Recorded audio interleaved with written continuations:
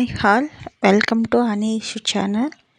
ఈరోజు అస్సలు చేదు లేకుండా పిల్లలు కూడా తినే విధంగా కాకరకాయని ఎలా వండుకోవాలో చూద్దాం. ముందుగా కాకరకాయని కట్ చేసుకొని వాటిని బాగా శుభ్రం చేసి వాటిని వేరే బౌల్లోకి యాడ్ చేసి దాంట్లో కొంచెం వాటర్, సాల్ట్ అండ్ పసుపు వేసి కాసేపు ఉడకబెట్టుకోవాలి. గ్యాస్ మీద పెట్టి ఉడకనివ్వాలి. అది కొంచెం ఉడుకుతుంది. ఉడికిన తర్వాత దాన్ని స్ట్రెయిన్ చేసుకోవాలి. స్ట్రెయిన్ చేసుకున్న తర్వాత గ్యాస్ పైన కడాయి పెట్టి దాంట్లో ఆవాలు వేలాక ఆనియన్స్, పచ్చిమిరపకాయలు వేసుకోవాలి. వేసుకొని జీలకర్ర కూడా యాడ్ చేసుకోవాలి.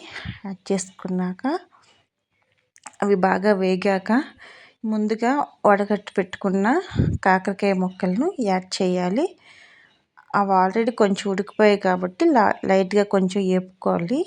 వేపుకున్న తర్వాత దాంట్లో కొంచెం బెల్లం, చింతపండు రసం యాడ్ చేయాలి.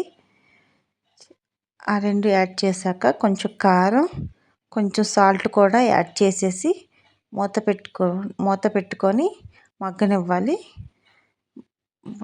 బాగా మగ్గి ఈ బెల్లం పులుపు పట్టిన తర్వాత మంచిగా పూర్తిగా ఉడికిపోతుంది. ఉడికిపోయిన తర్వాత లాస్ట్లో